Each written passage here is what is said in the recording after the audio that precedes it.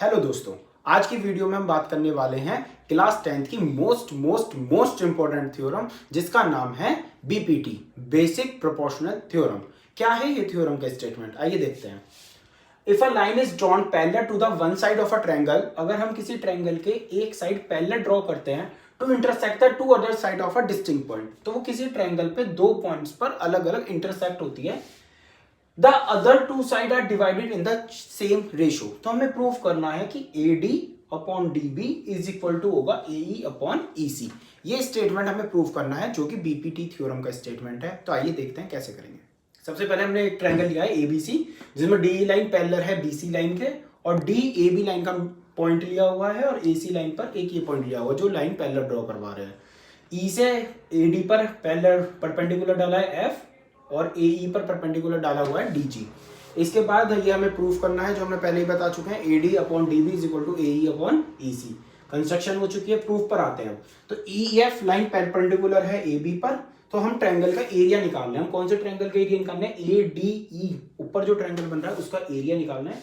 Area का formula हम सबको पता हुआ है, नॉर्मल 5th क्लास से चला हुआ आ रहा है, 1/2 बेस इंटू हाइट। इसका बेस है AD और हाइट हमने मानी है इसकी EF। Now area of triangle DBE नीचे जो दिया हुआ है 1/2 बेस इंटू हाइट, फिर से रखा हुआ है। दो इक्वेशन बन गई हैं, दोनों को हमने सिंपली डिवाइड कर दिया है। डिवाइड करने से हमें मिला ADE upon DBE is equal to 1/2 AD into EF, 1/2 DB into EF। EF से EF 1/2 से 1/2 कैंसिल हो चुका है, तो हमारे पास रिजल्ट निकल कर आता है AD अपॉन DB, जो हमें प्रूफ करना था, AD अपॉन DB। सिमिलरली बिल्कुल हमने इसी इधर वाले ट्रायंगल्स के लिए अप्लाई करा हुआ है, लिखा हुआ है, और अब की बार हमने प्रूफ कर दिया AE अपॉन EC। मतलब अभी तक हमारा इतना प्रूफ हो चुका है कि AD upon DB, AE upon EC, ये चीज आ चुकी है। लेकिन अभी हमें और क्या प्रूफ करना है? अभी हमारे पास है कि ये दोनों इक्वल होंगे। अभी हमने इक्वल प्रूफ नहीं करा, हमें केवल रेशो फाइंड करे हुए हैं। तो देखो कैसे होगा, फिर याद ही है कि AD upon DB is equal to AE upon EC। Now हम देखेंगे, हमने एक 9th क्लास में थ्योरम पढ़ी थी, if a two triangles on the same base between the same parallel lines having a equal area. तो वो वाली थ्योरम अप्लाई करने जा रहे हैं कि हमने दो ट्रायंगल लिए हैं, DBE ये वाला ट्रायंगल और एक ये वाला ट्रायंगल।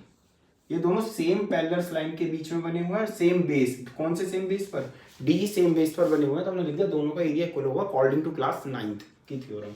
अब हमने इनका रेसिप्रोकल कर दिया है। रेसिप्रोकल करने के बाद दिया गया हमारा 9th क्लास का ही चैप्टर है, फिर से, जो हमें बताता है हम किसी भी इक्वेशंस में इक्वल की मल्टीप्लाई, डिवाइड, प्लस, माइनस कर सकते हैं। तो हमने अपनी मर्जी से मल्टीप्लाई कर लिया बोथ साइड ADE, तो AD ऊपर हो गया, ADE ऊपर हो गया।